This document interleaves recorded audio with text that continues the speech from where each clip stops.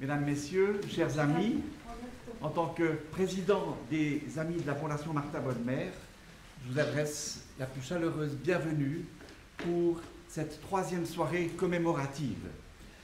On connaît parfois moins l'exceptionnel parcours de Martha Bonnemer et les raisons qui l'ont amené à créer l'une des plus impressionnantes bibliothèques privées du monde. Pour ceux qui n'étaient pas là hier et mercredi, il acquiert son premier livre en 1915, La Tempête de Shakespeare, avec des illustrations de Dulac. Il a 16 ans, et c'est alors que s'ouvre, jusqu'à sa mort, une longue période de savoir et de quête.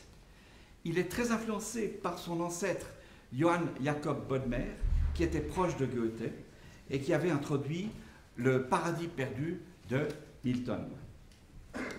Martha Bonnemer se passionne alors pour ce qui constituera les 5 piliers de son œuvre, la Bible, Homère, Dante, Shakespeare et Goethe. Vous le savez, on décèle une espèce de première période dans cette vie de Martha Bonnemer, une sorte d'arche de Noé.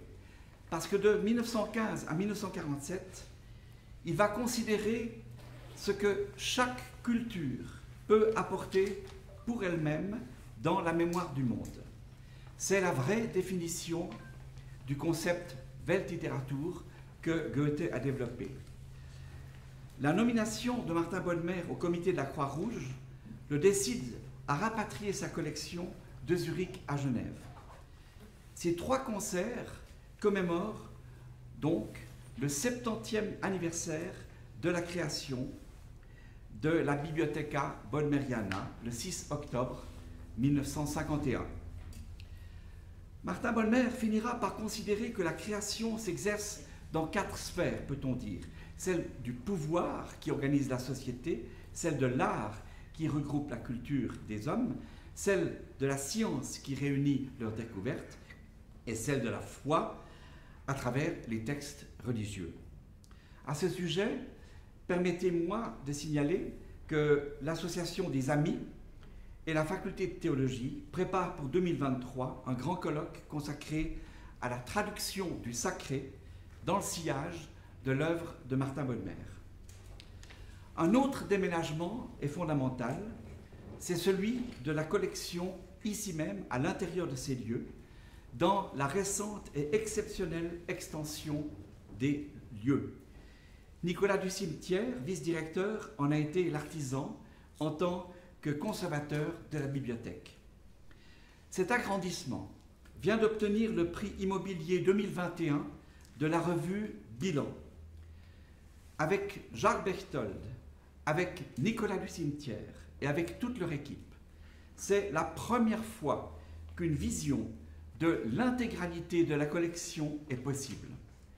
C'est aussi le garant d'autres expositions inédites, à ne pas manquer, comme l'actuelle consacrée à Dante. Le site de la Fondation vous précise les visites guidées et vous parle également de l'association des Amis, qui est extrêmement active et qui appuie vraiment de très près ce qui se fait à la Bodmeriana. C'est à Muriel Brand que revient le mérite d'avoir exploré le monde des partitions autographes de Martha Bonnemer.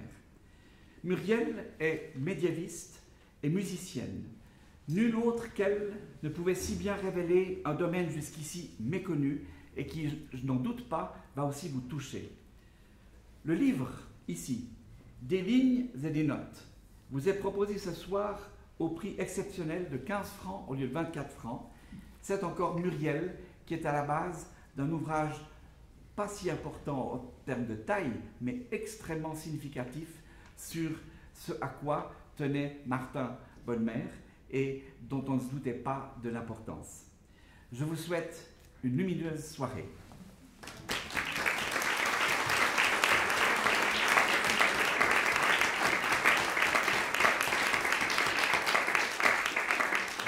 Bonsoir à tous, merci beaucoup d'être présents.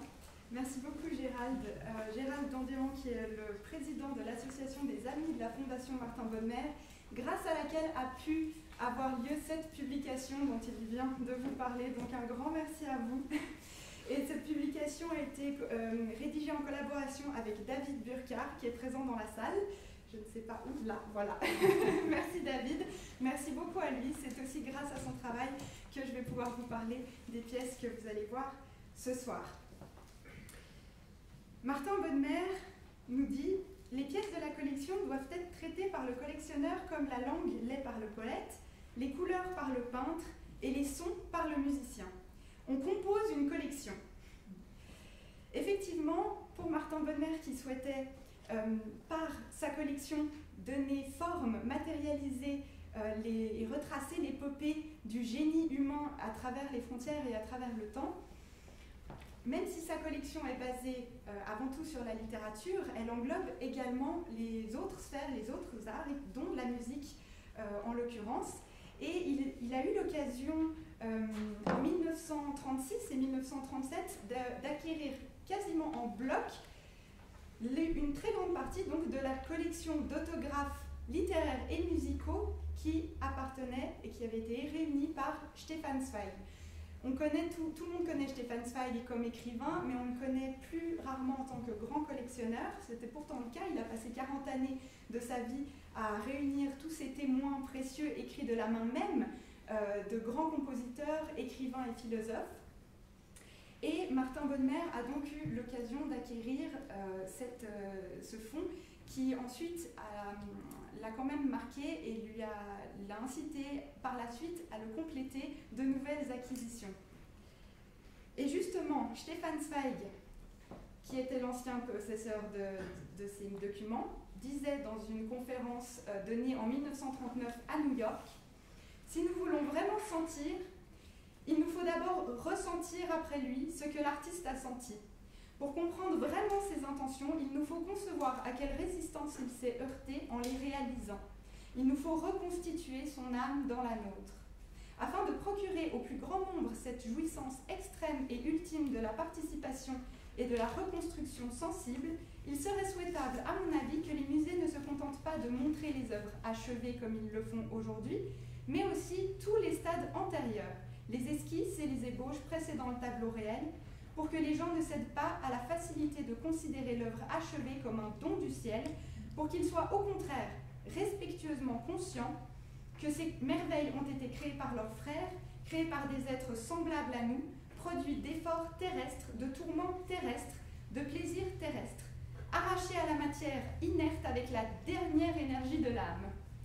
Non, ni la beauté des étoiles, ni la splendeur du ciel ne sont diminuées quand notre esprit s'efforce d'étudier les lois qui gouvernent cet espace inaccessible. Bien au contraire, la connaissance n'a jamais diminué le véritable enthousiasme, elle ne fait que l'élever et le renforcer. C'est le parti pris de cet événement, pour que vous puissiez vous aussi découvrir par l'écriture même de ces compositeurs l'instant même de la création de ces œuvres, qui est un instant très privilégié, très intime. Et ça donne toute une autre dimension, une dimension très émotionnelle aussi à l'expérience. J'espère que vous en profiterez. Nous allons donc commencer notre programme du jour avec une pièce pour piano seul de Beethoven. En 1801, la période à laquelle il compose cette pièce, qui est la sonate opus 28, appelée pastorale, correspond à la période à laquelle il découvre que sa surdité ne pourra pas être soignée. Et il compose cette pièce à la suite de sa fameuse sonate opus 27 numéro 2, plus connue sous le nom de Au clair de lune. Le document que vous avez sous les yeux n'est pas réellement une partition, vous ne pourrez pas suivre des yeux la musique, puisqu'il s'agit d'idées jetées sur le papier. C'est donc un stade antérieur de brouillon dont il s'agit. Ce sont des motifs qu'il écrit pour ne pas les oublier et qu'il utilisera ensuite pour rédiger réellement et composer réellement sa pièce. Ce feuillet faisait à l'origine partie d'un cahier d'esquisses qui a été acquis par Ignaz Sauer en 1827 lors d'une vente aux enchères des effets personnels de Beethoven après sa mort. Et ce monsieur Sauer décide de démanteler le cahier et de le revendre par petits lots pour faire profit de son achat. Donc voici un des 22 feuillets identifiés qui ont été dispersés dans 16 lieux différents. Et avant de vous laisser entendre la pièce, j'aimerais finir par une dernière citation de Zweig qui nous parle justement de l'écriture de Beethoven par rapport à celle de Mozart et Schubert. Pour ceux d'entre vous qui étiez présents au concert de mercredi et ou de samedi, où vous avez pu déjà observer les écritures de Mozart et de Schubert qui sont très fluides, vous verrez que celle de Beethoven, très fluide et disons sans rature et sans retravail quasiment, qui sont des pièces qui sont écrites d'une seule traite, vous verrez qu'avec Beethoven c'est un peu différent. Stefan Zweig donc. Alors qu'auparavant nous ne voyions que le génie œuvrant dans la légèreté et l'allégresse, nous découvrons d'un coup dans l'artiste celui qui lutte, celui qui est en proie au tourment, celui qui peine dans sa recherche de la forme. Voici d'abord quelques pages d'un carnet d'esquisses, quelques mesures écrites au crayon avec une hâte inouïe, ou plutôt jetées avec une violente impatience. À côté, on trouvera des mesures qui n'ont plus rien à voir avec cet état. Rien n'est achevé, rien n'est ordonné. C'est comme une avalanche de rochers qu'un titan aurait jeté. Or, nous savons par des témoignages oraux comment Beethoven composait. Il courait à travers champs, grommelant, fredonnant et chantant à haute voix, battant la mesure avec les mains. De temps en temps, il extirpait des pans de sa redingote un carnet et il y notait sa trouvaille au crayon. Une fois rentré chez lui, à sa table de travail, il recueille certains de ses thèmes.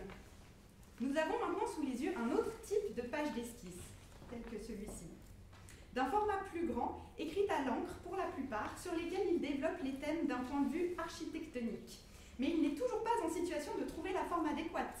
D'une plume qui rache si sauvagement la feuille qu'elle éclabousse et y laisse des pâtés, il barre des lignes entières, des pages entières pour recommencer à nouveau. Mais non, ce n'est toujours pas ça. Le voilà qui modifie, qui corrige encore une fois. C'est avec une telle rage qu'il barre et laboure la feuille que celle-ci se déchire parfois et l'on voit l'homme qui travaille vraiment dans la colère. On le voit piaffer, gémir, jurer parce que l'idée musicale ne s'exprime toujours pas dans la forme idéale proposée à son regard intérieur. Voilà.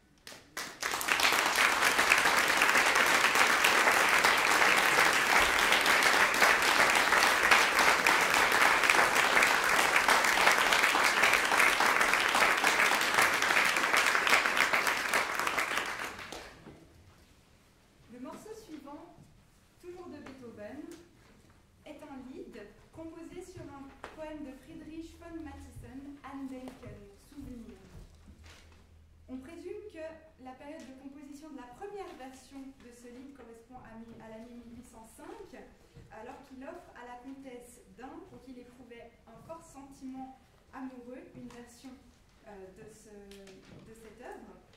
Malheureusement pour lui, cette dernière venait de perdre son mari et s'entêtait à rejeter ses avances.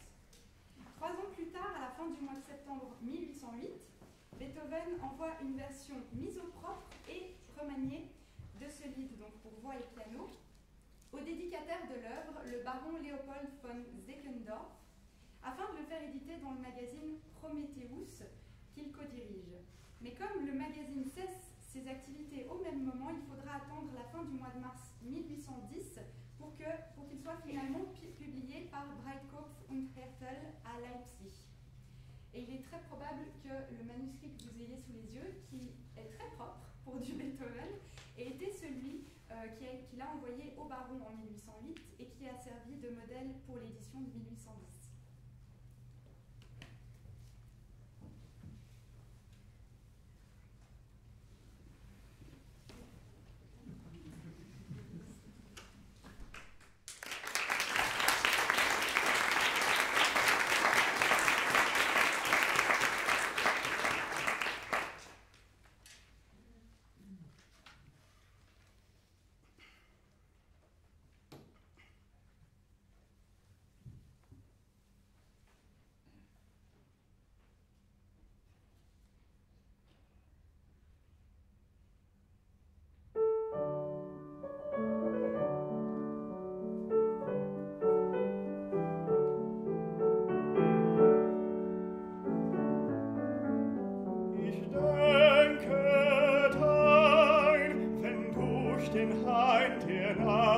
musicalen Akkorde schallen.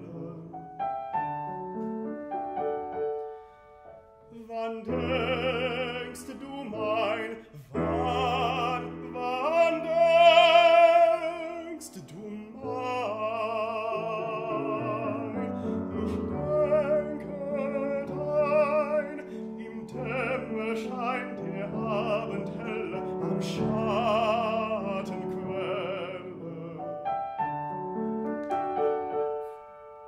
Wo denkst du mein, wo denkst du mein? Ich denke dein, mit süßen Pein, mit bangem Sehnen und heißen Tränen. Wie denkst du mein, wie denkst du mein?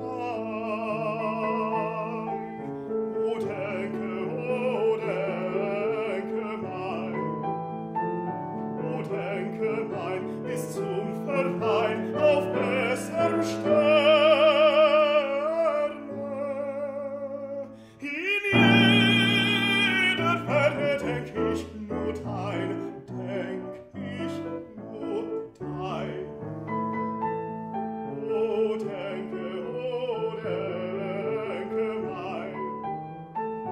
O denke mein, bis zum Verwein auf besserem Sterne.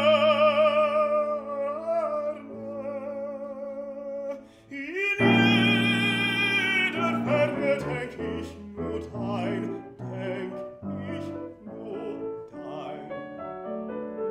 denk ich nur dein, nur dein, nur dein, nur dein, nur dein, ja,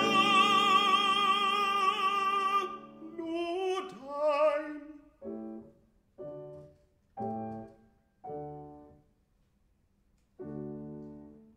Nur dein.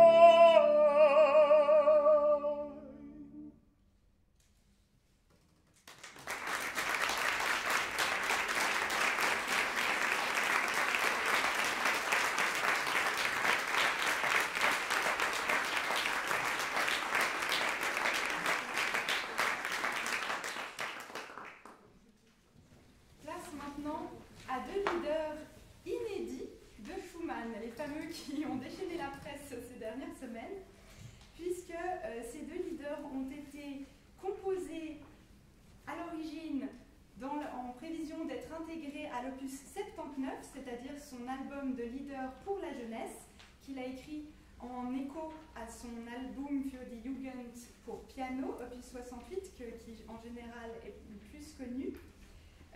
Et là, il s'agit donc de deux leaders. Le premier, von Heitersmann du Cavalier, a finalement été écarté, n'a pas été retenu pour cet opus 79, alors que le second, Koitzlein, la petite chouette, a bien été retenu, mais dans une version, donc avec le même texte, mais dans une version tout à fait différente pour l'édition. Vous pourrez voir de plus près, vous pouvez déjà l'apercevoir maintenant, tout en bas à droite, en violet, une signature par Clara Schumann au moment où elle envoie ce manuscrit en cadeau à une amie de la famille, Marie Bernat, qui d'ailleurs est la personne qui a commandé l'île des morts à Böcklin. Voilà, pour l'anecdote. Et tout le reste est de la main de Schumann, c'est-à-dire toutes les couches d'encre, plus foncées ou plus claires, et les inscriptions au crayon. Donc, je vais vous laisser écouter d'abord les versions inédites, et puis ensuite, vous aurez la version finale.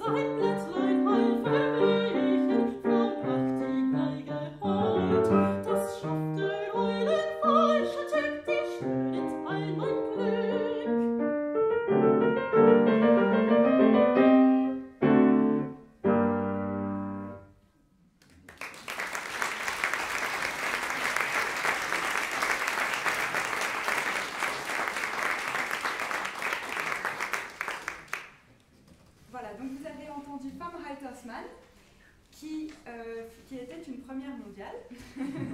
Et Kreuzlein a déjà été interprété une fois en 98 à Zwickau, donc la ville d'origine de Schumann, mais l'enregistrement qui a été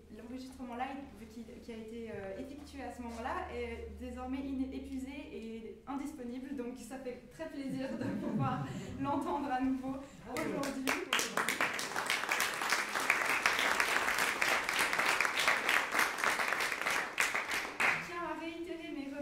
À David Burkhardt qui est présent dans la salle, si je peux te demander de te lever rapidement, David, parce que c'est grâce à lui qu'on a pu éditer.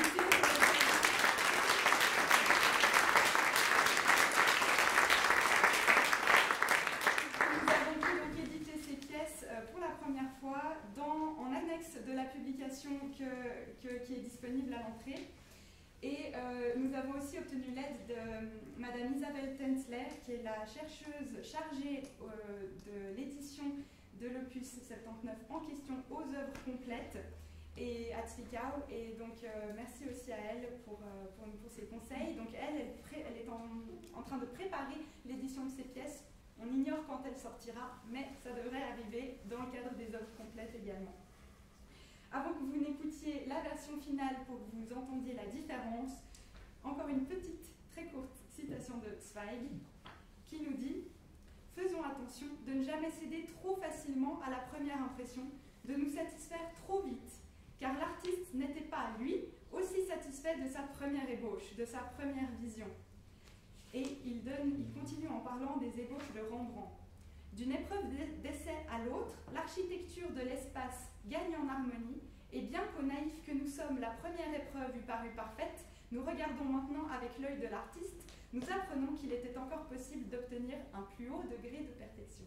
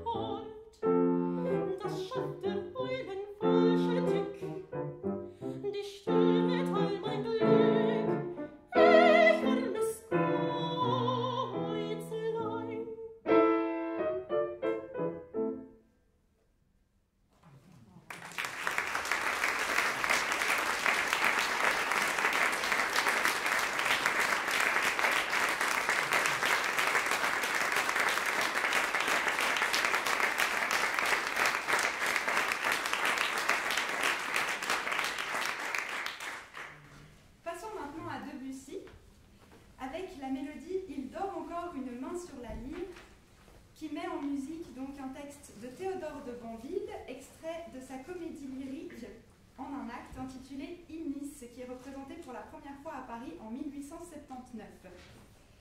En 1880, pour gagner un peu d'argent au cours de ses études, Debussy accompagne la classe de chant de Madame Moreau-Santi au piano.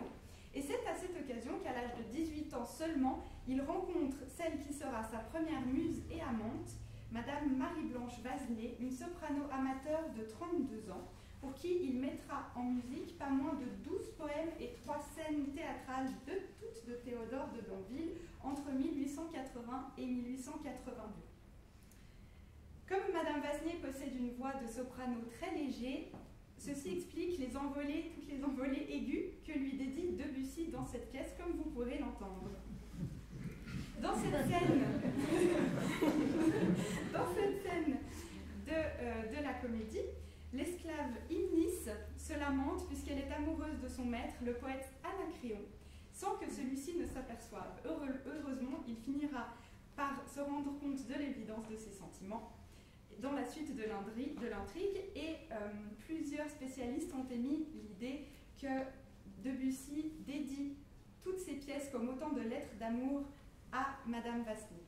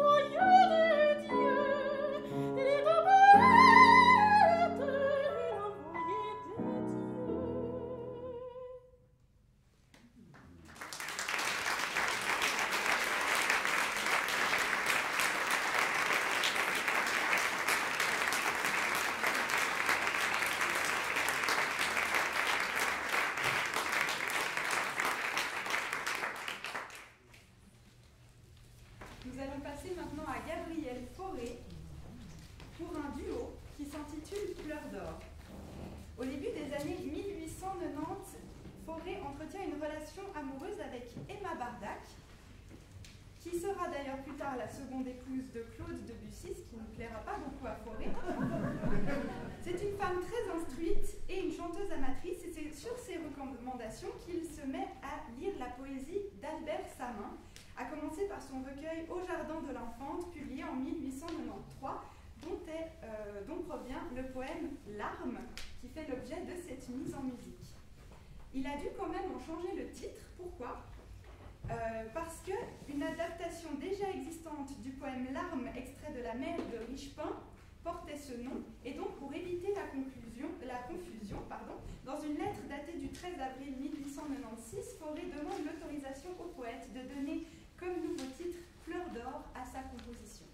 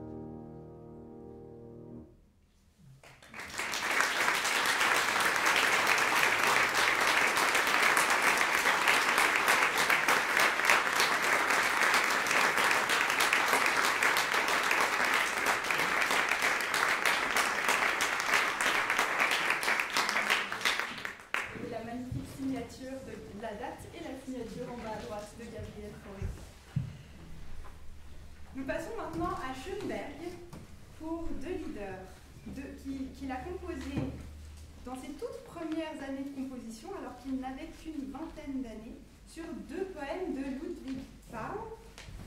un poète qui, malgré le thème léger de ses poésies, était bien connu pour ses idéaux démocrates et socialistes que partageait d'ailleurs Schönberg à l'époque.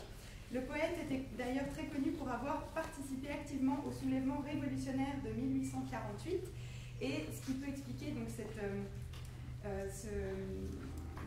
coïncidence, ce partage d'idéaux démocrates et socialistes explique probablement la prépondérance des textes de Pfau dans les compositions de Schönberg à cette période de jeunesse.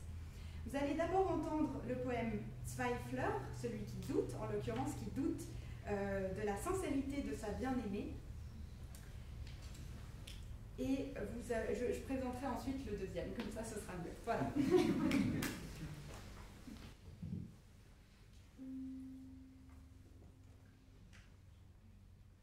Du kleine bist so lieb und hold und schaust mich an so lieb, dass ich es fast verschwören wollt, du bist noch wie ein Kind.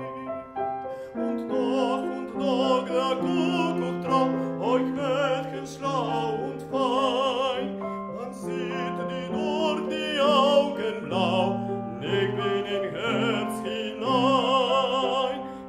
Weißt du mir dein Schelmenmund erzählen, was weiß? Tät mir nicht mein Schwertlein kun, von Küssen lang und heiß, von Küssen lang und heiß.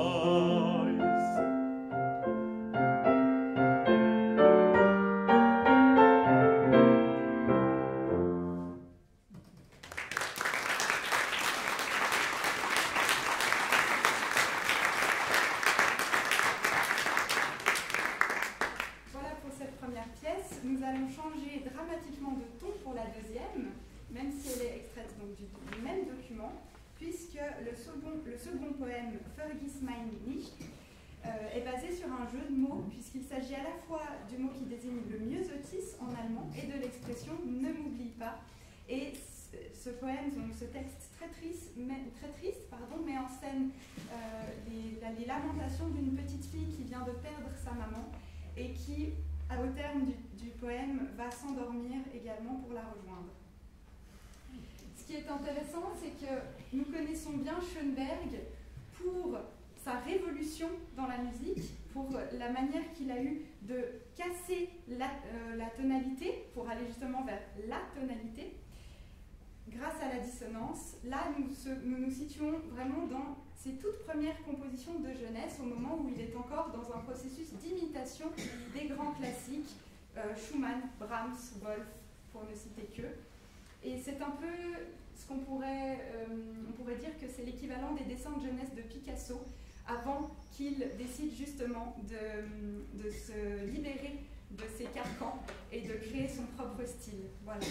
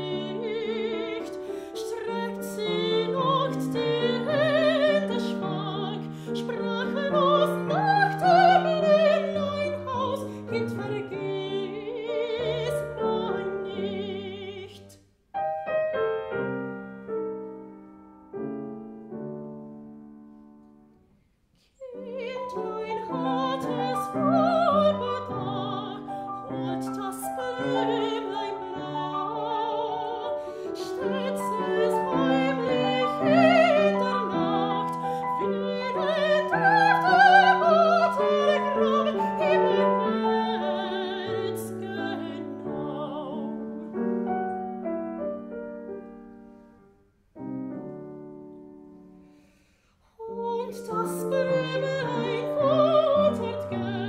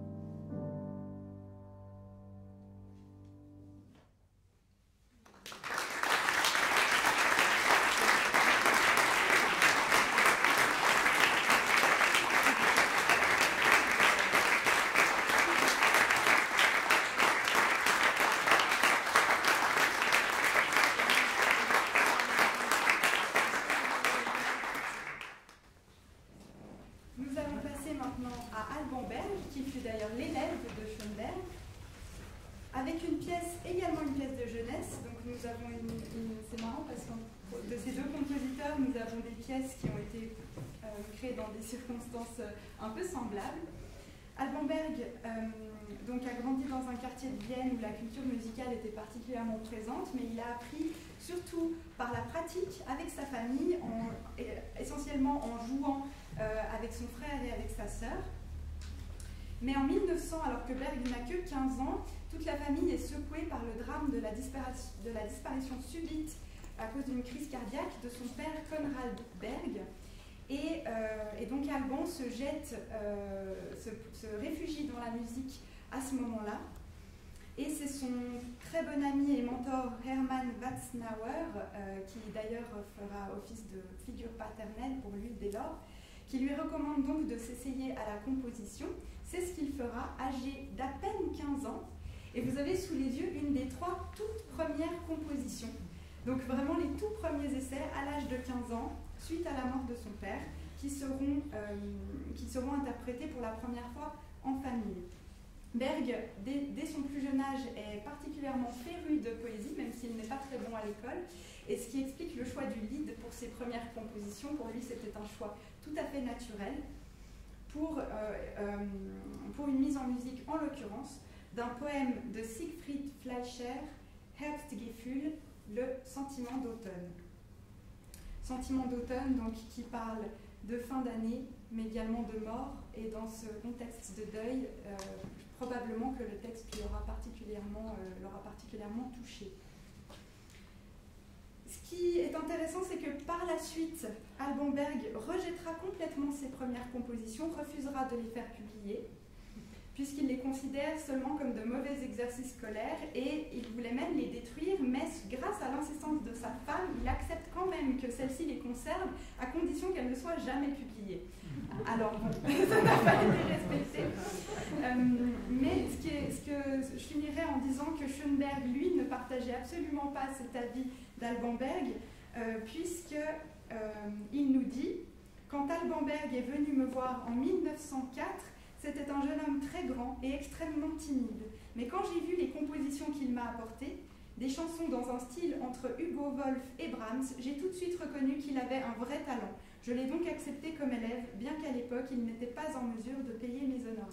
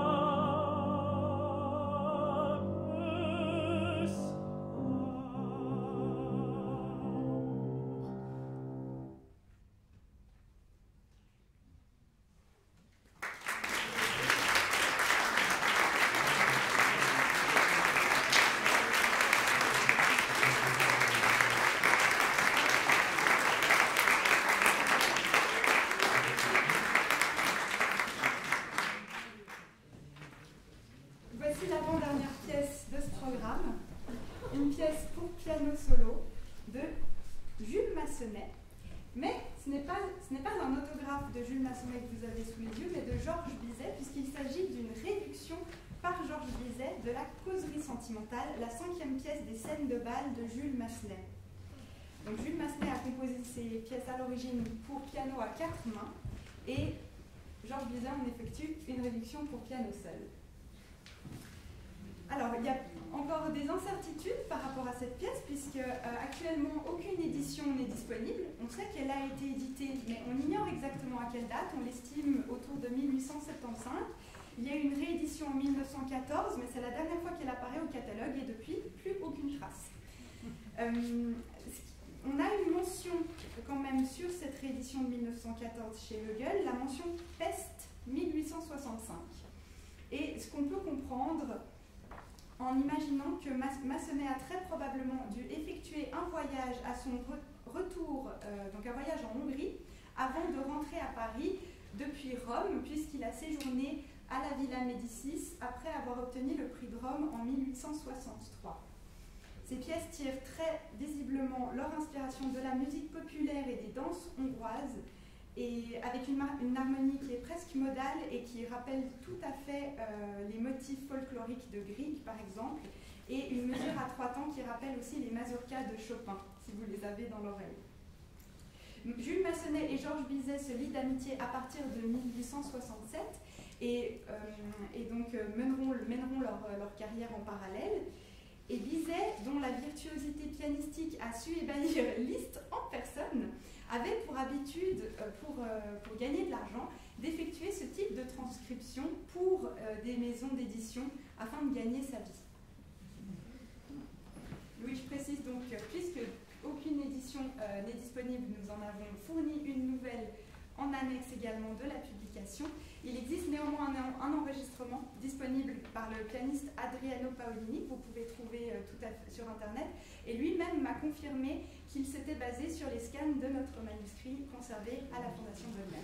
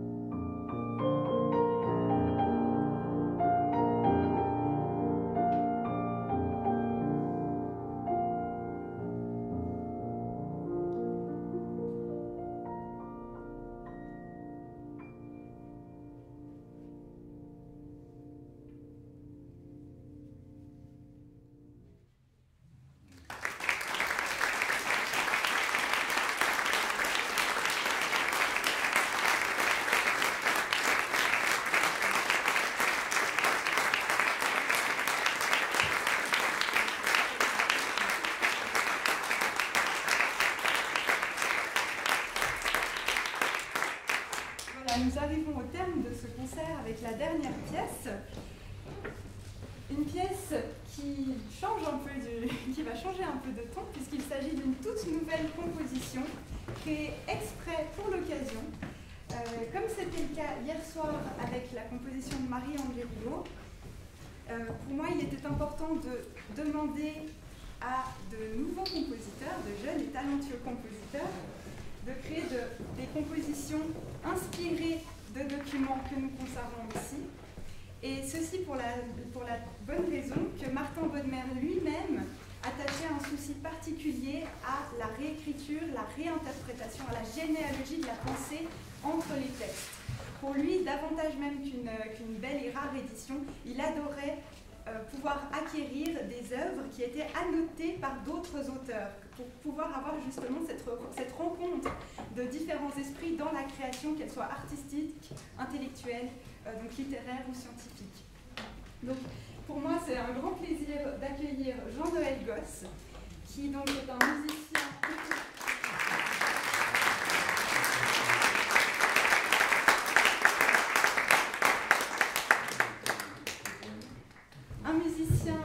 qui à la fois joue donc, comme musicien de scène de la basse électrique. Il est actuellement en dernière année de master au Jazz Campus de Bâle, mais qui compose également depuis plusieurs années et qui a eu l'occasion de sortir des singles et des albums. Le dernier étant sorti cette année même, en avril 2021, autour d'un ensemble nommé le Gossmopolitan, un ensemble de 7 musiciens, qui est donc pour une composition en 4 mouvements qui empruntent à la fois à la musique classique et au jazz. Donc pour moi, Jean-Noël était la personne idéale à qui demander de faire cette composition. Il a donc repris la musique de Jules Massenet, réarrangée par Bizet. Donc là, nous avons une 3e couche avec la réinterprétation pour une toute nouvelle composition de Jean-Noël Gosse, avec en plus aussi l'interprétation de Pierre Legrand au violon.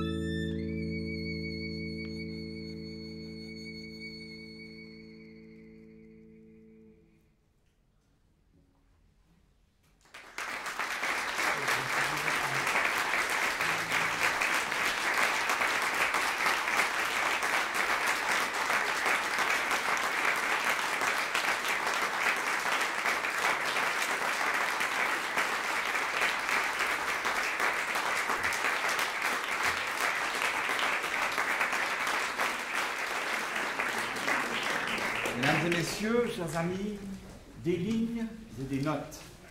Mais comme le dit l'expression, il n'y a pas de hasard, il n'y a que des rendez-vous. Et nous avons entendu de merveilleux jeunes musiciens, mais vous le réalisez aussi, nous devons cette soirée d'abord à la sensibilité, à la curiosité et à l'érudition de Muriel Brand. À une époque où la culture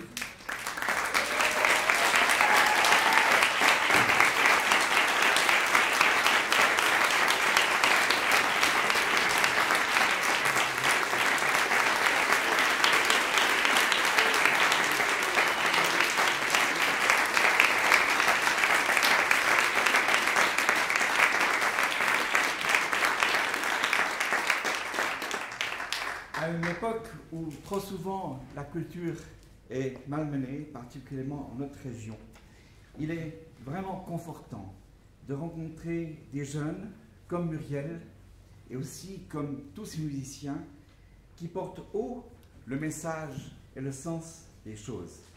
Alors Muriel, au nom de la direction, au nom des amis de la Fondation Bonne Mère, merci.